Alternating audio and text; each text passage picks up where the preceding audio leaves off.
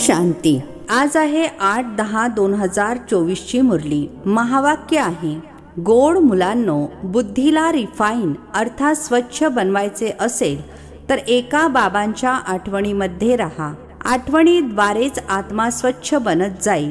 प्रश्न आहे, वर्तमान समयी मनुष्य आपला वेळ आणि पैसा कशा प्रकारे वाया घालवत आहे? उत्तर आहे, जेव्हा कोणी शरीर सोडते तर त्यांच्या मागे किती पैसे इत्यादी खर्च करत राहतात। जर शरीर सोडून निघून गेला आहे तर मग त्याची काही किंमतच राहिलेली नाही। त्यामुळे त्याच्यासाठी जे काही करतात त्यामध्ये आपला वेळ आणि पैसा वायाच घालवतात। ओम शांती। रुहानी बाबा बसून रुहानी मुलांना समजावून सांगत आहेत। हे अर्थात ब्रह्मा बाबा देखील असे म्हणतात ना, मग बाबा बोलत आहेत का दादा?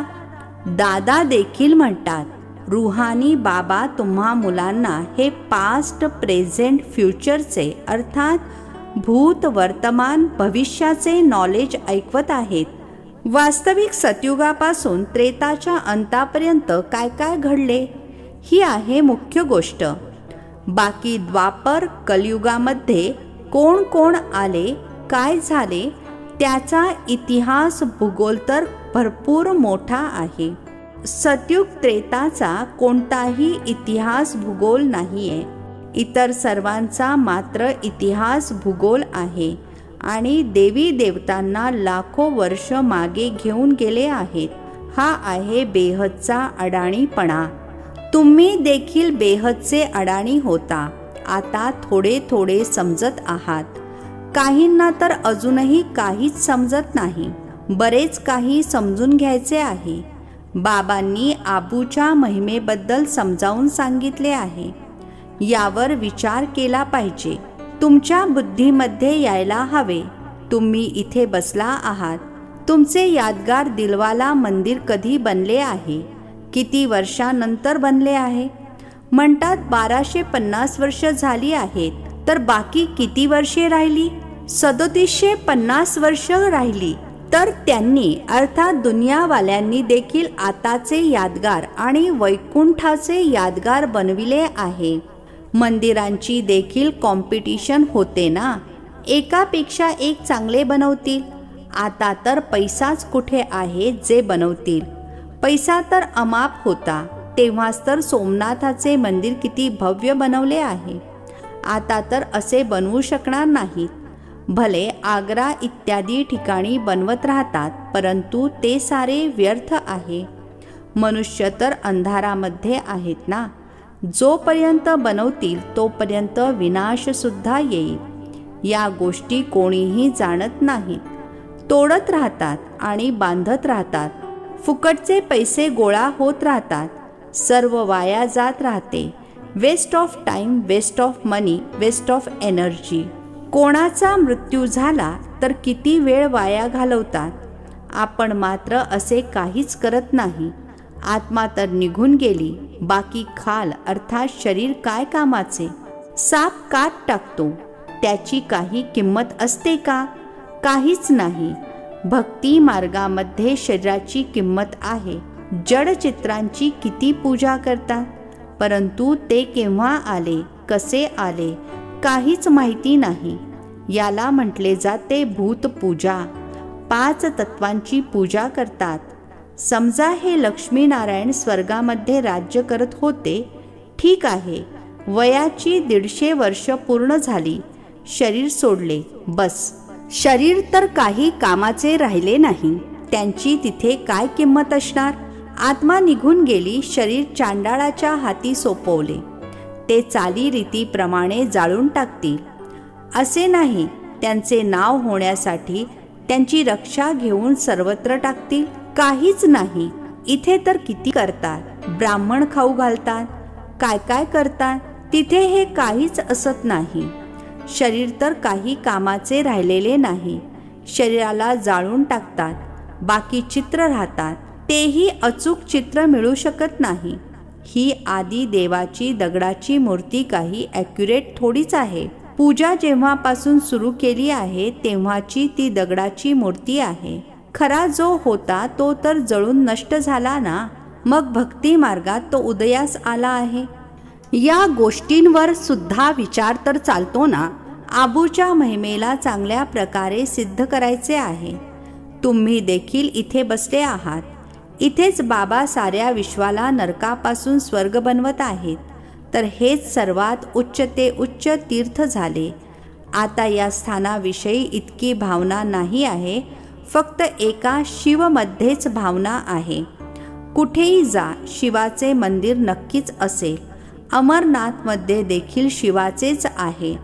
म्हणतात शंकराने पार्वतीला कथा ऐकवली. तिथे तर कथेची गोष्टच नाही. मनुष्यांना काहीच समज नाही आहे. आता तुम्हाला समज आली आहे. आधी माहीत होते का? आता बाबा आबूची किती महिमा करतात. सर्व तीर्थक्षेत्रांमध्ये हे महान तीर्थक्षेत्र आहे. बाबा समजावून तर खूप सांगतात, परंतु अनन्य मुलांच्या बुद्धीमध्ये बसेल तेव्हा. आता तर देह अभिमान खूप आहे. ज्ञान तर खूप जास्त पाहिजे. खूप रिफाईननेस अर्थात शुद्धता यायची आहे.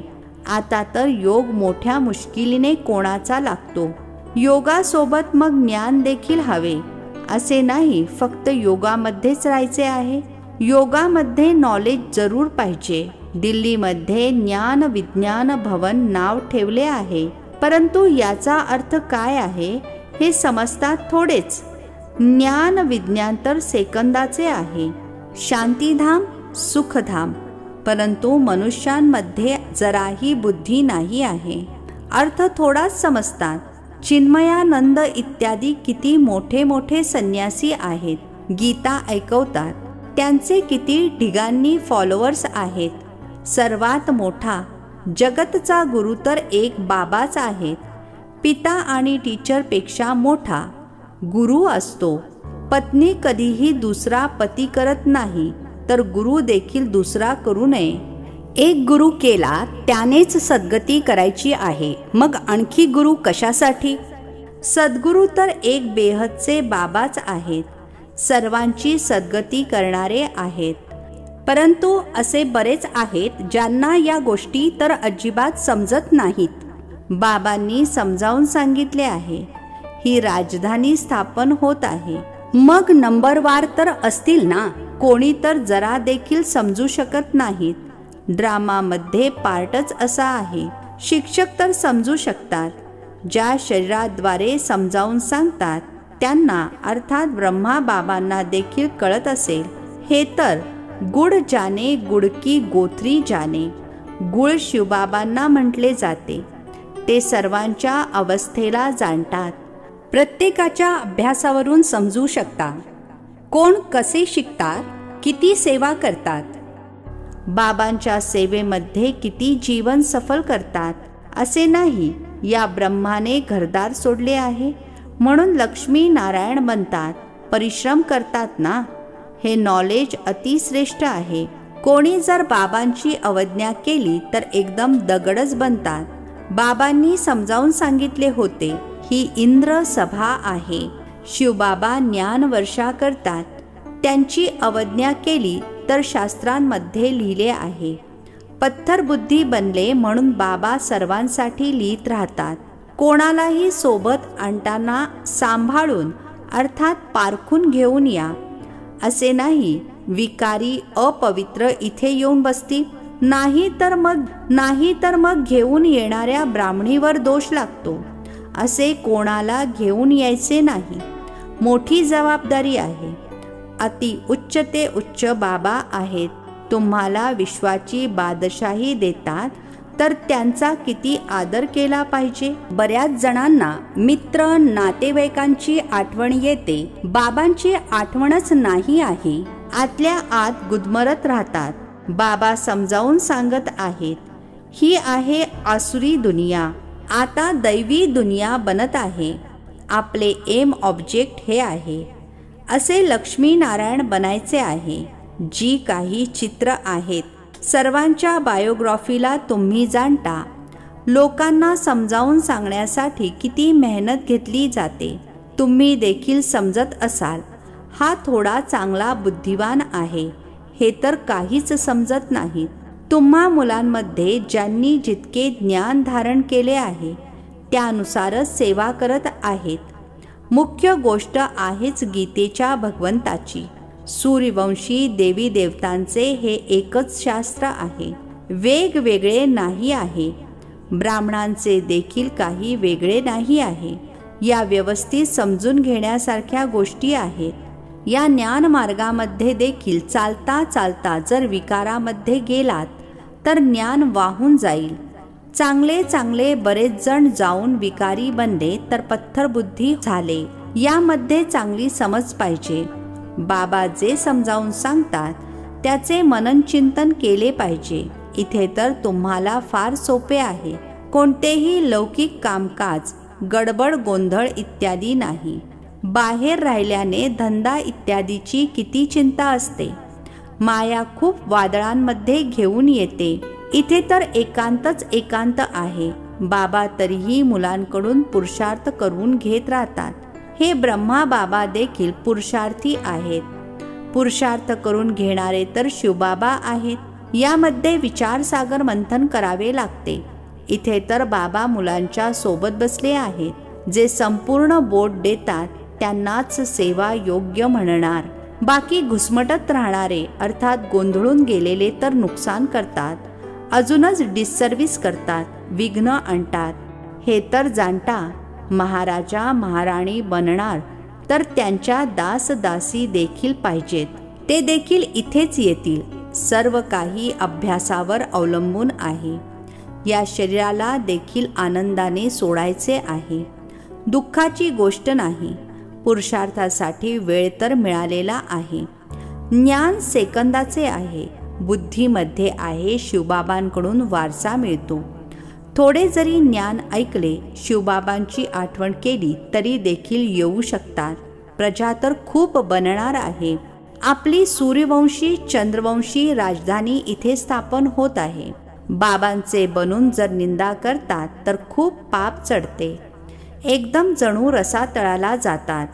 बाबांनी समजावून सांगितले आहे, जे स्वतःची पूजा करून घेतात ते पूज्य कसे म्हटले जाऊ शकतात. सर्वांचा सद्गतीदाता कल्याण करणारे तर एक बाबाच आहेत. मनुष्य तर शांतीचा अर्थ देखील समजत नाहीत. हठयोगाने प्राणायाम इत्यादी चढविणे त्यालाच शांती समजतात. त्यासाठी देखील खूप मेहनत करावी लागते. कोणाचे तर डोकेच फिरते. प्राप्ती तर काहीच नाही. ती आहेच अल्पकाळाची शांती. जसे सुखाला अल्पकालीन कागविष्ठा समान म्हणतात, तशी ती शांती देखील कागविष्ठे समान आहे. ती आहेच अल्पकाळासाठी. बाबा तर 21 जन्मांसाठी तुम्हाला सुख शांती दोन्ही देतात. काही जण तर शांतीधाममध्ये शेवटपर्यंत राहत असतील. ज्यांचा पार्ट आहे ते इतके सुख थोडेच पाहू शकणार. तिथे देखील नंबरवार पदे तर असतील ना. भले दास दासी असतील, परंतु आतमध्ये थोडेच जाऊ शकतील. श्रीकृष्णाला देखील पाहू शकणार नाहीत. सर्वांचे वेगवेगळे महाल असतील ना. बघण्यासाठी कोणती तरी वेळ असेल.